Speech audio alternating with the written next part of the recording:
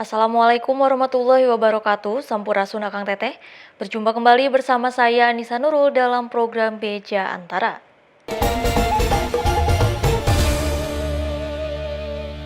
Satuan Reserse Narkoba Polres Aceh Utara menggagalkan peredaran 42 kg narkotika jenis ganja dan 1 kg narkotika jenis sabu selama periode 5 Juli hingga 10 Juli 2023. Tiga orang tersangka pengedar yang diamankan dari kedua kasus tersebut terancam hukuman minimal 6 tahun penjara, maksimal 20 tahun penjara hingga hukuman mati. Satuan Reserse Narkoba Polres Aceh Utara Provinsi Aceh menggagalkan peredaran 42 kg narkotika jenis ganja dan 1 kg narkotika jenis sabu selama periode 5 Juli hingga 10 Juli 2023. Dari kedua kasus tersebut, petugas juga mengamankan 3 orang tersangka yang berperan sebagai pengedar. Wakapolres Aceh Utara Kompol Syukrif I Panikoro, Rabu 19 Juli memaparkan, berbekal informasi dari masyarakat, petugas menangkap NS 32 tahun, warga desa Tepin Resep, Kecamatan Sawang, Aceh Utara, yang merupakan pengedar ganja pada 5 Juli. Petugas mengamankan barang bukti 42 kg ganja kering senilai 378 juta rupiah yang rencananya akan dikirim ke Pulau Bali dengan harga 9 juta rupiah per kilogram. Sementara dua tersangka pengedar sabu, yaitu SI 40 tahun dan MS 38 tahun, yang merupakan warga Kabupaten Aceh Timur, diringkus pada 10 Juli bersama barang bukti sabu siap edar seberat 1 kg senilai 280 juta rupiah. Pasal 114 ayat 2 junto pasal 111 ayat 2 Undang-Undang RI nomor 35 tahun 2009 tentang narkotika dengan ancaman pidana mati, pidana penjara seumur hidup atau pidana penjara paling singkat 6 tahun dan paling lama 20 tahun. Syukrif menambahkan, jumlah orang kini menjadi buron atas kepemilikan barang ilegal tersebut. Polisi masih memburu para pelaku dan mengharapkan kerjasama dari masyarakat bila memiliki informasi terkait transaksi narkotika. Dari 2 kali penangkapan tersebut, aparat kepolisian berhasil menyelamatkan 430.000 jiwa dari penyalahgunaan narkotika. Dari Kabupaten Aceh Utara, Aceh, Rifani, Kantor Berita Antara, mewartakan. Rencana mau jual? Hah?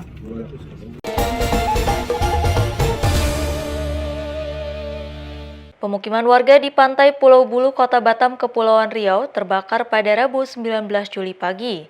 Akibat musibah tersebut, 9 rumah hangus terbakar, 26 orang dari 11 keluarga terdampak dan 1 perempuan lansia meninggal dunia. Peristiwa kebakaran terjadi sekitar pukul 5:30 pagi dan melahap rumah-rumah warga di tepi pantai Pulau Bulu, Kecamatan Bulang, Kota Batam, Kepulauan Riau, Rabu 19 Juli. Sebanyak 20 petugas pemadam kebakaran pun dikerahkan untuk memadamkan si jago merah. Musibah tersebut menghanguskan sebanyak 9 rumah dan mengakibatkan 26 jiwa dari 11 keluarga terdampak, serta 1 perempuan lanjut usia meninggal dunia. Kepala Dinas Pemadam Kebakaran dan Penyelamatan Kota Batam, Asman, menyebutkan lokasi yang jauh dan akses yang sulit dijangkau membuat petugas kesulitan. Namun dengan bantuan warga menggunakan mesin pompa portable, akhirnya petugas berhasil memadamkan api. Meski demikian, belum diketahui penyebab sumber api kebakaran tersebut. Nggak pakai mobil Pulau Bulu ini, jadi kita buat pompa, kita ada 2 pompa portable.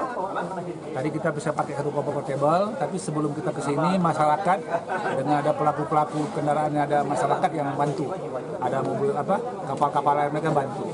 Tadi kita selesai pendinginan, kita cukup menggunakan 1 pompa saja, dan kita menggunakan selang 2 inci, 2,5 inci dan 1 inci. Mayoritas rumah warga yang terbakar terbuat dari kayu sehingga api sangat mudah menyebar. Total dibutuhkan waktu 2 jam untuk memadamkan api. Saat ini warga terdampak sementara harus mengungsi di posko yang didirikan oleh Dinas Sosial Kota Batam. Sementara korban meninggal sudah diserahkan kepada pihak keluarga dan dibawa ke Pancaka. Posko sudah ada, kita akan siapkan pemakanan tanggap darurat 3 hari berturut-turut. Setelah nanti 3 hari berturut-turut, Terus tim Tagana kita di Insor sudah turun, juga pendataan bersama kecamatan sudah dapat verifikasi data. Kita akan turun lagi mengecek verifikasi. Segera mungkin nanti kita setelah dapat data kita siapkan lagi sembako untuk seminggu. Tanggap daruratnya 7 hari kita siapkan sembako untuk pemakanan 7 hari setelah 3 hari pemakanan tanggap darurat. Kemudian setelah itu baru kita akan rapat tim apakah ini akan bisa kita tetapkan menjadi tanggap darurat. Dinas Pemadam Kebakaran Kota Batam mengimbau masyarakat untuk menjaga keselamatan diri dan lingkungan sekitar serta lebih berhati-hati terhadap benda yang memiliki potensi mudah terbakar. Dari Batam, Kepulauan Riau, Holdan Parlaungan, Kantor Berita Antara mewartakan.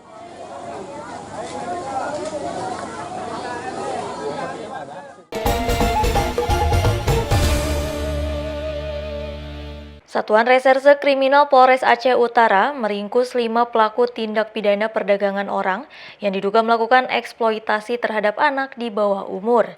Kelima tersangka melancarkan aksinya mulai Desember 2022 hingga April 2023 di Terminal Lok Sukon, Kabupaten Aceh Utara, Provinsi Aceh. Satuan Reserse Kriminal Polres Aceh Utara meringkus 5 pelaku yaitu RL, IK, AN, FR, dan MZ yang diduga kuat terlibat kasus tindak pidana perdagangan orang atau TPPO dengan melakukan eksploitasi terhadap anak di bawah umur. Kelima pelaku seluruhnya merupakan warga Aceh Utara yang mulai melancarkan aksinya sejak Desember 2022 hingga April 2023. Kasat Reskrim Polres Aceh Utara AKP Agus Riwanto Diputra Rabu 19 Juli menyampaikan, dari kelima tersangka, 3 diantaranya merupakan pria hidung belang yaitu pelaku AN, FR, dan MZ. Sementara pelaku IK merupakan penyedia tempat dan RL merupakan mucikari yang menerima permintaan dari para hidung belang. Menurut hasil pemeriksaan, pelaku kerap melakukan aksinya di toilet Terminal Lok Sukon, Kabupaten Aceh Utara, Provinsi Aceh.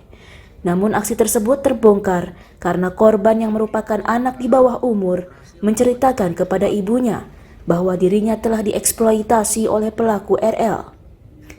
Kelima pelaku lantas diringkus oleh petugas pada 5 Juli 2023 bersama barang bukti 5 unit telepon genggam.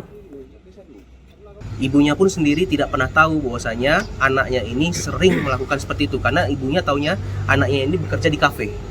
Nah, jadi mungkin ibunya merasa selama ini mungkin telah dibohongi juga oleh anaknya, akhirnya dialah yang membuat laporan ke sini. Ancaman yang akan diterapkan kepada para pelaku yaitu Undang-Undang Nomor 21 Tahun 2007 terkait TPPO. Dan Konon Aceh Nomor 6 Tahun 2014 tentang hukum jinayat dengan ancaman hukuman 200 bulan bagi pelaku AN, FR, dan MZ serta 100 bulan bagi pelaku RL dan IK. Dari Kabupaten Aceh Utara, Provinsi Aceh, Trifani, Kantor Berita Antara mewartakan.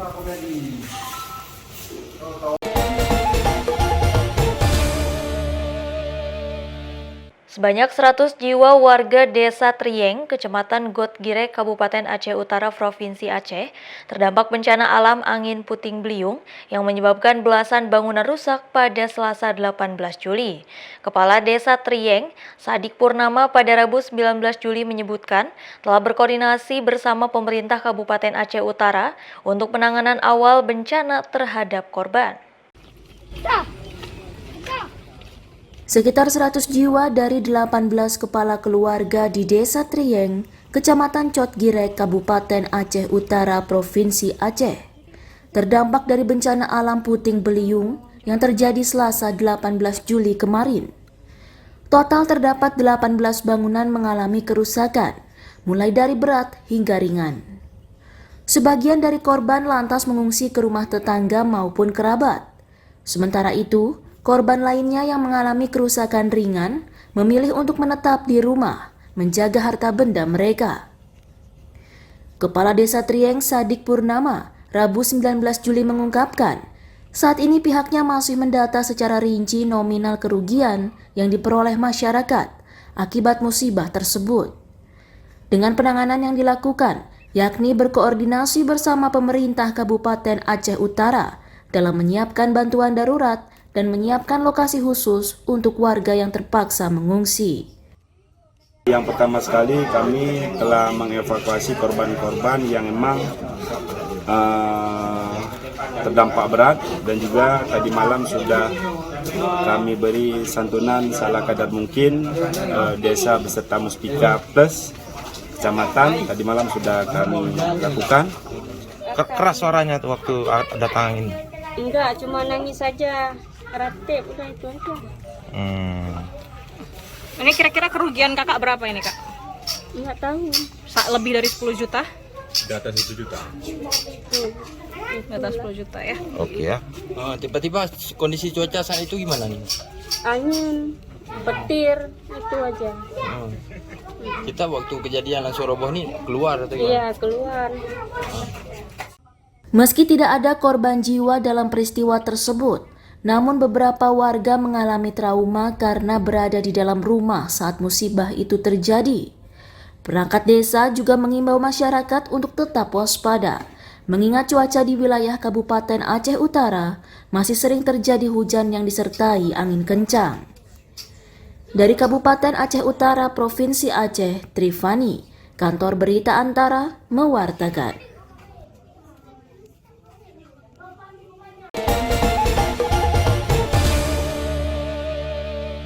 Polres Aceh Utara berikan bantuan untuk 18 kepala keluarga yang terkena dampak angin puting beliung di Desa Trieng, Kecamatan Gotgirek, Kabupaten Aceh Utara, Provinsi Aceh pada Rabu 19 Juli.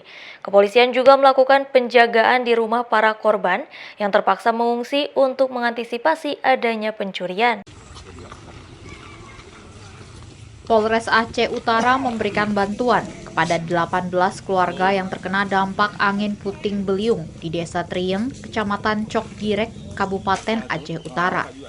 Kepolisian juga mendata warga apakah mereka akan tetap berada di rumah atau mengungsi, agar pengamanan bisa dilakukan secara maksimal. Kapolres Aceh Utara, AKBP Deden Heksa Putra Sanusi, pada Rabu 19 Juli menjelaskan, tidak ada korban dalam peristiwa ini. Warga berhasil berlindung saat peristiwa terjadi. Dari jajaran kepolisian dibantu juga sama Pak Koramil juga ya. Kita sama-sama di sini 24 jam dari sejak kemarin sudah melakukan penjagaan, terutama di rumah-rumah para korban untuk menjaga harta bendanya. Demikian. Polres Aceh Utara akan terus memantau kondisi warga. Kepolisian mengimbau warga untuk melapor ke Polsek maupun Koramil setempat bila sewaktu-waktu membutuhkan bantuan. Dari Kabupaten Aceh Utara, Provinsi Aceh, Trifani, Kantor Berita Antara, mewartakan.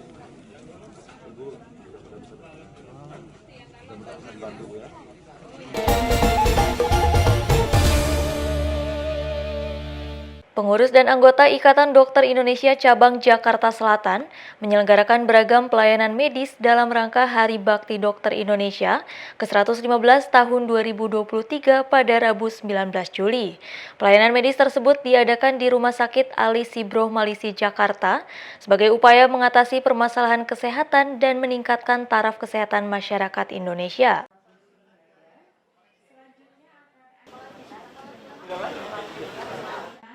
Dalam memperingati Hari Bakti Dokter Indonesia ke-115 tahun 2023, Ikatan Dokter Indonesia IDI Cabang Jakarta Selatan menyelenggarakan kegiatan dan pelayanan medis kepada masyarakat pada Rabu 19 Juli. Kegiatan pelayanan medis tersebut bertempat di Rumah Sakit Ali Sibroh Masili, Jakarta, dan diresmikan pelaksanaannya oleh Ketua Umum Pengurus Besar PBID Adib Humaydi bersama Wali Kota Jakarta Selatan Munjirin. Mengangkat tema Dokter Indonesia untuk Rakyat Indonesia. Pelayanan medis tersebut berupa operasi katarak dengan target 100 mata, donor darah dengan target 100 pendonor, serta webinar edukasi kesehatan mengenai tuberkulosis dan skabies atau kudis dengan target 300 peserta.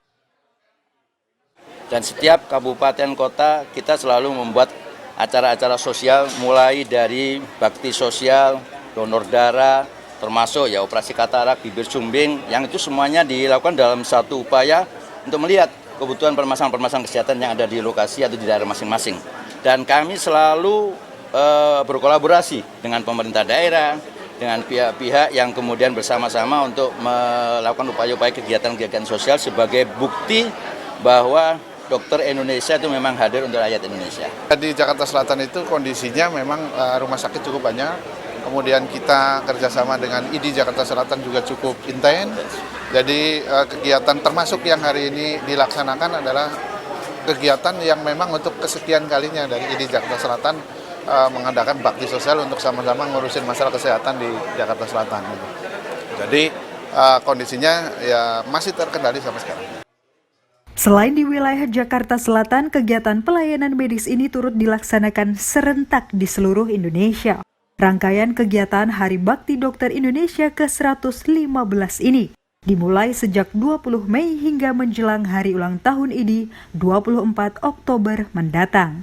Dari Jakarta, Setianka Harfiana, Anggah, Kantor Berita Antara mewartakan.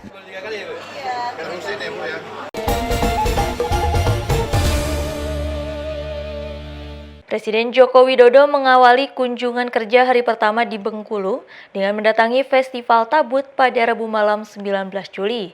Presiden membeli permen kapas gulung atau harum manis hingga terpukau dengan penampilan atraksi dol.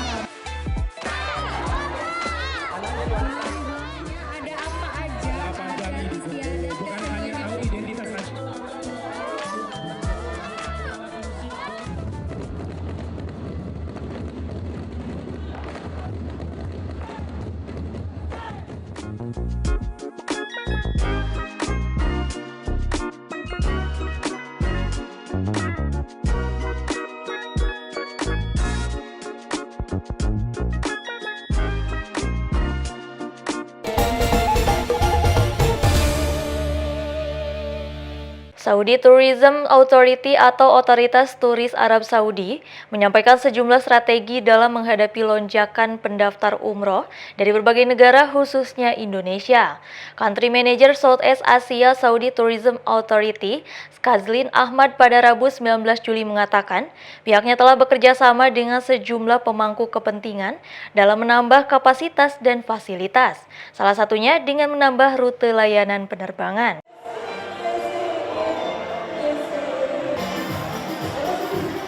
Tren pendaftar umroh yang berasal dari Asia, khususnya Indonesia, terus mengalami lonjakan pasca pandemi. Hal itu seperti disampaikan oleh manajer Saudi Tourism Authority untuk Asia Tenggara, Sazlin Am, dalam festival umroh yang digelar di Jakarta pada Rabu 19 Juli.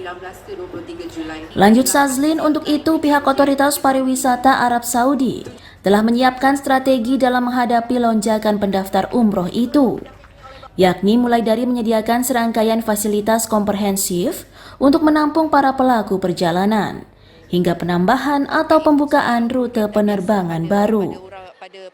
Penambahbaikan airport itu sendiri dan penambahan hotel dan fasiliti yang ada seperti turis facility juga ditambah. Dan kita pun ada tengok pada support daripada travel agency di sana. Jadi kita tengah berusaha bekerjasama dengan airline untuk menambah capacity seat, menambah frekuensi. Menurut data pihak otoritas Arab Saudi, Indonesia telah menempati posisi 5 besar dengan jumlah pendaftar umroh terbanyak di dunia. Dari Jakarta, Asfar Muhammad, Gilang Gatut, Kantor Berita Antara, mewartakan.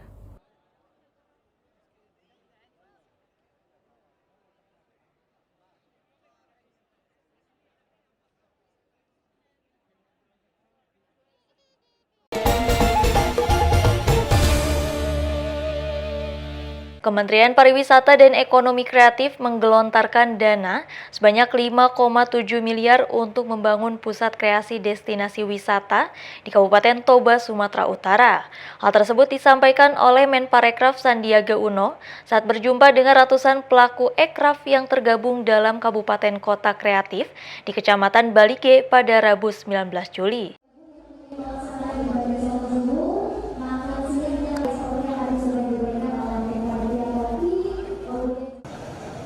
Kementerian Pariwisata dan Ekonomi Kreatif menggelontorkan dana sebanyak 5,7 miliar rupiah untuk membangun pusat kreasi destinasi pariwisata PKDP di Kabupaten Toba, Sumatera Utara. PKDP ini akan menunjang pertumbuhan usaha para pelaku ekonomi kreatif atau usaha mikro kecil dan menengah. Saat berjumpa dengan ratusan pelaku usaha kreatif yang ada di Kabupaten Toba pada Rabu 19 Juli, Menparekraf Sandiaga Uno menjelaskan karena banyaknya permintaan dari pelaku usaha, maka pemerintah segera membangun PKDP dalam tahun ini dan ditargetkan selesai pada awal 2024. Selain karena permintaan, kabupaten ini juga menyimpan berbagai produk ekraf, seperti ulos, kopi, kria atau kerajinan tangan, serta camilan khas, sehingga tinggal didorong untuk bisa dipromosikan guna menunjang pertumbuhan ekonomi. Berdasarkan data tahun lalu, sektor ekraf yang menyerap tenaga kerja di seluruh Indonesia menyentuh 2,6 juta, dan tahun depan ditargetkan mencapai 4,4 juta.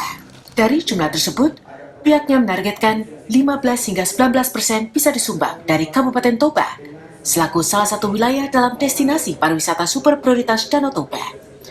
Sandi menambahkan, dengan berdirinya PKDP, maka diharapkan pertumbuhan bisa semakin pesat karena akan menjadi pusat edukasi dan promosi bagi para pelaku ekraf di sini. Permintaan dari para pelaku ekonomi kreatif di Danau Toba mengingatkan pusat kreasi seperti Creative Hub, Creative Center, dan ini pemerintah menjawab langsung hadir dengan sebuah program dana alokasi khusus yang kita harapkan nanti saat F1 Outlook di 2024 sudah siap dan digunakan sebagai etalase dari pemerintah. Sementara itu, kegiatan Kata Kreatif Toba ini merupakan bagian dari rangkaian kunjungan kerja Menparekraf Sandiaga Uno di DPSP Danau Toba selama 2 hari ke depan. Dari Kabupaten Toba, Sumatera Utara, Doni Aditra, Kantor Berita Antara, mewartakan.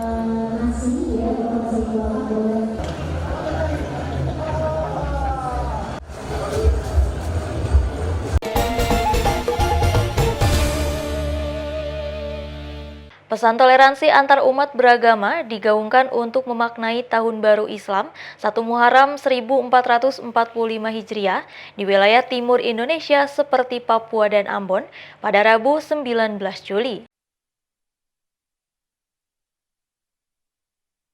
Tahun Baru Islam 1 Muharram 1445 Hijriah yang jatuh pada hari ini, 19 Juli, diwarnai dengan pesan toleransi antar umat beragama, seperti yang terlihat di sejumlah wilayah timur Indonesia.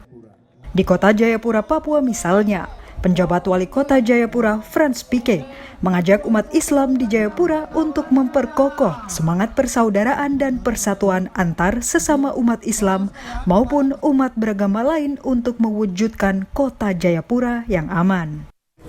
Semoga peringatan Tahun Baru Hijriah ini dimaknai sebagai awal untuk memasuki, untuk beramal kebaikan, membagi kebaikan kepada sesama umat muslim dan juga kepada seluruh warga masyarakat Kota Jayapura, sehingga disitulah akan tercipta kebersamaan, persatuan, kesatuan, harmonisasi hubungan, toleransi di antara satu dan yang lain, sehingga Kota Jayapura senantiasa menjadi kota yang aman.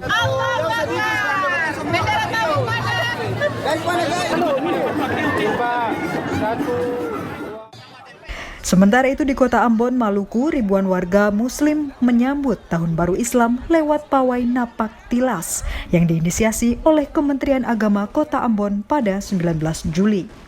Dalam kesempatan ini, penjabat wali kota Ambon, Bodewin Watimena, menyampaikan agar pada tahun baru Islam ini, warga Kota Ambon harus meningkatkan rasa saling menghargai dan melindungi antar umat beragama sebagai modal untuk membangun kota yang lebih baik. Kita berharap bahwa di kota ini terbangun moderasi beragama.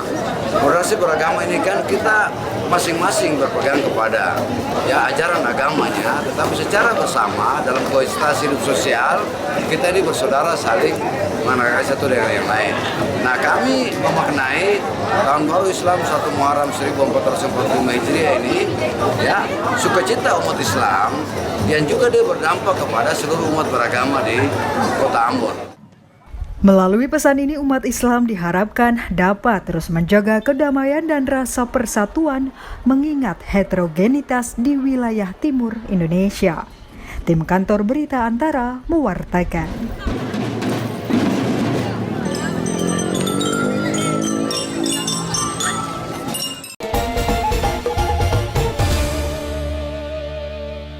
Menyambut Tahun Baru Islam 1445 Hijriah, pemerintah Provinsi Jawa Timur memberi hadiah paket tabungan umroh yang diundi untuk 15 wajib pajak patuh. Gubernur Jawa Timur Hovifah Indar Parawansa memastikan masih ada hadiah paket tabungan umroh untuk 20 wajib pajak patuh lainnya yang akan diundi bertepatan dengan peringatan Hari Ulang Tahun ke-78 Pemprov Jatim pada 12 Oktober 2023. Sebanyak 15 wajib pajak patuh di Jawa Timur mendapat hadiah paket tabungan umroh dari Pemprov setempat melalui undian yang digelar bertepatan dengan peringatan Tahun Baru Islam 1445 Hijriah di Masjid Raya Islamic Center Provinsi Jawa Timur, Surabaya, Selasa malam 18 Juli.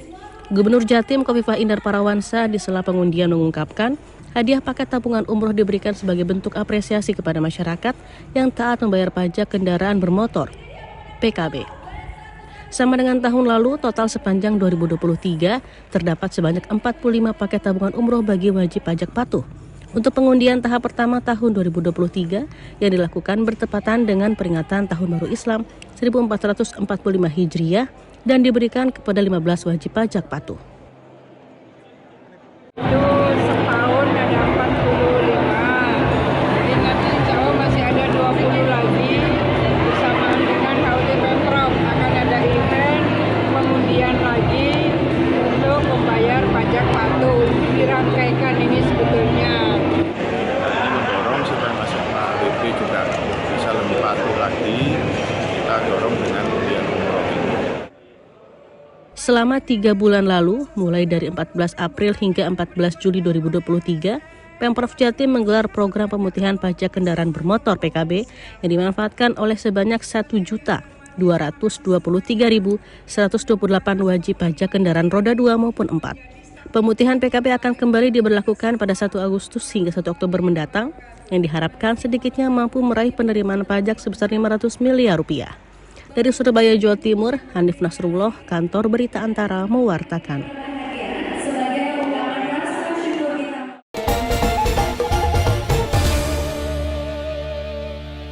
Kementerian Pariwisata dan Ekonomi Kreatif menargetkan kapal pinisi Toba menjadi alternatif untuk mendongkrak jumlah kunjungan wisatawan mancanegara di kawasan destinasi pariwisata super prioritas Danau Toba. Menparekraf Sandiaga Uno mengatakan, kehadiran kapal tersebut akan menambah pilihan bagi wisatawan untuk menikmati keindahan Danau Toba sebagai danau super vulkanik. Guna menarik minat pengunjung khususnya wisatawan mancanegara untuk datang ke destinasi pariwisata super prioritas DPSP, Kementerian Pariwisata dan Ekonomi Kreatif menargetkan kapal pinisi Toba sebagai alternatif menikmati liburan. Saat meninjau kapal pinisi Toba di ruang terbuka publik RTP Pantai Bebas Parapat, Kabupaten Simalungun, Sumatera Utara pada Rabu 19 Juli malam, Menparekraf Sandiaga Uno menjelaskan kehadiran kapal ini akan menambah pilihan bagi wisatawan untuk menikmati keindahan Danau Toba sebagai danau super vulkanik. Pihaknya menyambut baik adanya investor yang mau membangun kapal khas dari Sulawesi ini menghiasi perairan Danau Toba. Dengan kapal sepanjang 21 meter dan lebar 5 meter, serta memiliki 4 kamar dengan kapasitas 11 orang, wisatawan bisa menikmati sensasi berlayar layaknya di perairan laut lepas.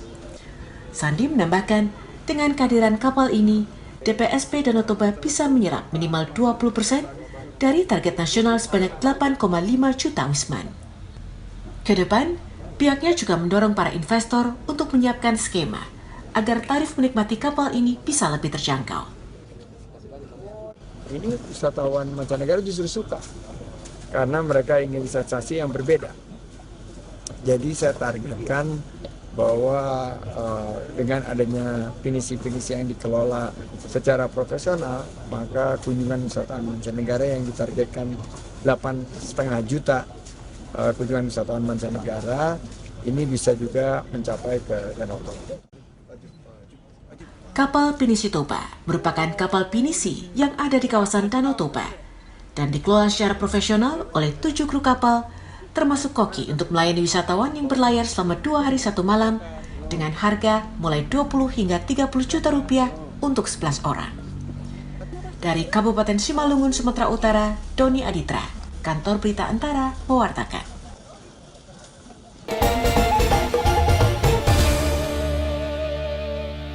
Akang Teteh, demikian Beja Antara hari ini. Tetap saksikan Beja Antara setiap hari Senin sampai dengan Sabtu. Saya Nisa Nurul beserta kru yang bertugas pamit undur diri. Terima kasih. Wassalamualaikum warahmatullahi wabarakatuh.